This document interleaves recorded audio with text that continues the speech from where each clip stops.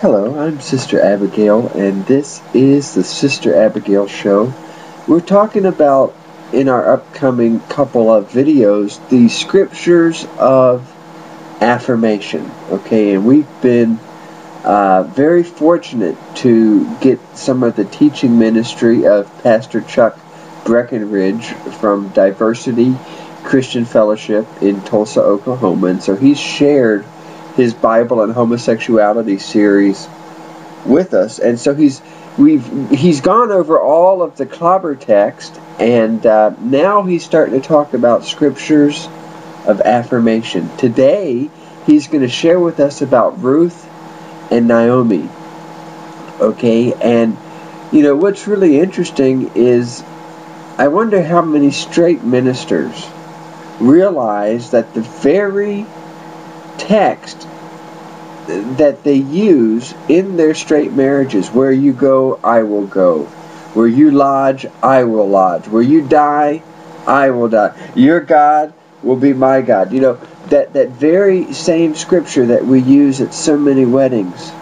I wonder how many of them know the history of that scripture. How many of them know that it's a scripture speaking of Ruth and Naomi, a same gender relationship? Anyways, stay tuned. Let's look at some relationships in Scripture that are interesting, because those of us who are gay understand, but sometimes heterosexuals don't always understand the depths of relationships and the different levels that people can have in relationships, and then how love surpasses gender. You know, it really, when love really goes beyond physical relationships, it's beyond a gender thing, and I think that's why people that are often heterosexual don't understand that. Because this is my personal belief, but sometimes I wonder if maybe some of the gay relationships actually have a greater depth of an emotional relationship than even some heterosexuals, possibly because of the obstacles that we have. But there's an understanding there in relationships of how two men or two women can have a relationship that's more than just a friendship. You know, that it's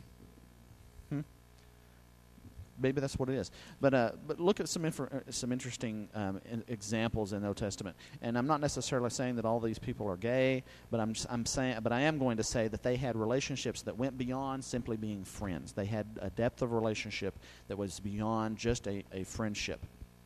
And the first one we'll look at is Ruth and Naomi.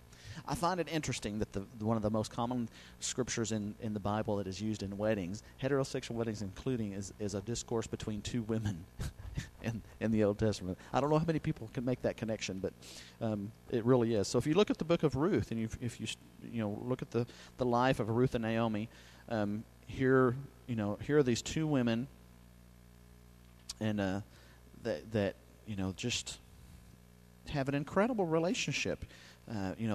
They started out as mother-in-law and daughter-in-law, and all the sons die, and they're left just the two of them.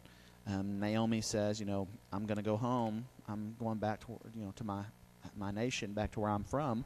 And Ruth says, well, you're not going to leave me here. I'm going with you. Wherever you go, I'm going to go. And it's a beautiful picture of this relationship. Now, and if you study, there's some interesting. Ruth 1:14 is one of the more common ones. I'm going to back up to verse 12. Or verse 11 says, But Naomi said, Return home, my daughters. Why would you come with me? Am I going to have any more sons who could become your husbands? Return home, my daughters. I am too old to have another husband. Even if I thought there was still hope for me, even if I had a husband tonight and gave birth to sons, would you wait until they grew up? Would you remain unmarried for them? No, my daughters, it is more bitter for me than for you, because the Lord's hand has gone out against me. It says, and at this they wept again. Then Orpah kissed her mother-in-law goodbye, but Ruth clung to her. Now the word in the King James is translated as clave. Ruth clave to her. And she, in verse 16 says, But Ruth replied, Don't urge me to leave you or to turn back from you. Where you will go, I will go, and where you stay, I will stay. Your people will be my people, and your God, my God. Where you die, I will die, and I will be buried. May the Lord deal with me, be it ever so severely, if anything but death separates you from me. Now that is a covenant that is beyond a friendship covenant. It is an extremely unusual covenant. I mean, it's basically the same type of thing that is used in marriage vows today. You know, this is for all intents and purposes, is a vow that would be said between two people who plan to spend their lives together. You know, where you go, I'm going to go. Where you die, I'm going to die, and I'm going to be there. I'm going to be buried too. It's beyond mere friendship. It's beyond mere even just family situations. It's a very matter of fact. The word clave is the same word that is used in Genesis 2:24 when it says that man shall clave into his wife. Shall cleave into his wife. I'm sorry, and that they will become one flesh. So it's the same word that is used there, that Ruth clave to her, that she clung to her, just as man was going to cling to his woman in a marriage relationship. And then immediately after, what does she say? Where you go, I will go. Where you die, I will die, and there I'll be buried. So there's a relationship and a covenant that they extended together that was more than just a mere friendship. It was a very intense relationship that they had.